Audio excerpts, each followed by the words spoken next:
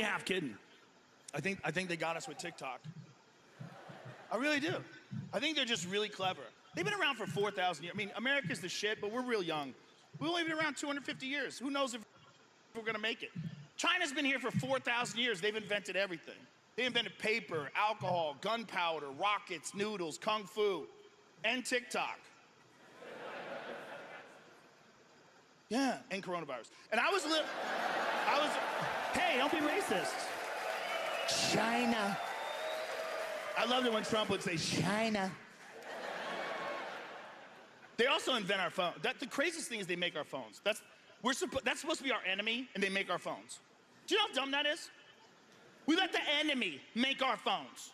We can't make a phone. There's 330 million Americans, plus Mexicans, and no one can make a phone? What's the real number? Who cares? What, are you racist? I'm not racist. Let them vote. Give them money. What's going on? Look, I don't think we should have open borders, but maybe some of those folks sneaking in can make a phone. I mean, some of them have to be valuable. These are ambitious people. Look, if I lived in Guatemala, I'd fucking walk here too. And if you're the type of dude who can get across the Rio Grande River with a balloon in your ass, that's the type of dude who can get shit done, okay? That guy will come through in a pinch, okay? He's not gonna form a union. He doesn't even know what the fuck overtime means. I'll trade him for everybody who has blue hair. Fuck you, go back. Go there. Let's make America great again. Oh, this is the silliest show ever. I love it, thank you. Thanks for being here. You guys are awesome, this is fun.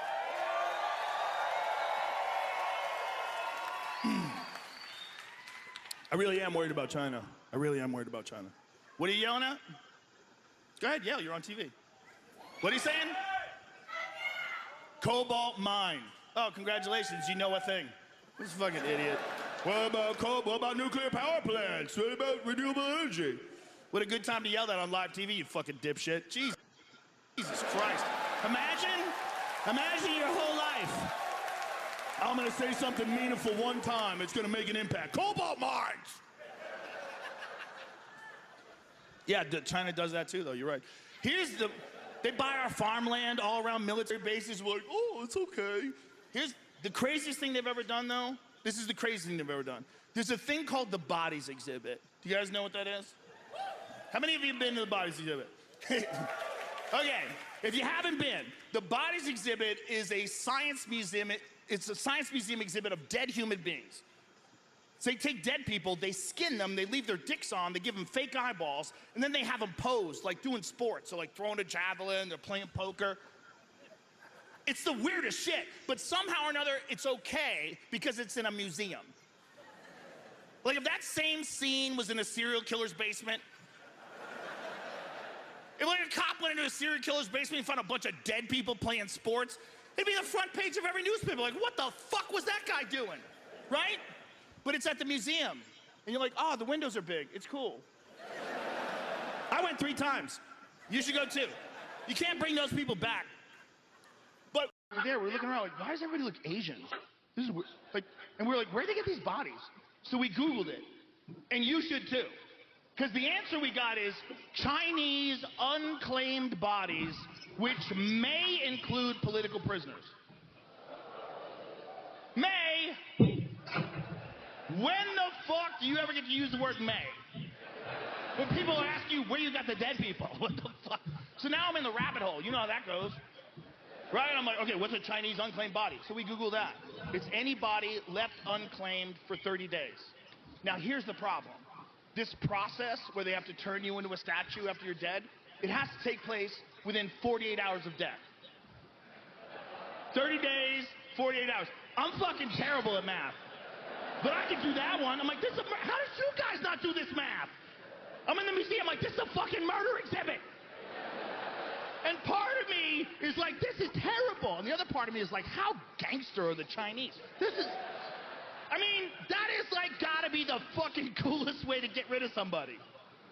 Can you imagine some Chinese diplomat comes home and he catches the tennis instructor in bed with his wife, like, oh, so you enjoy tennis. Well, now you can play tennis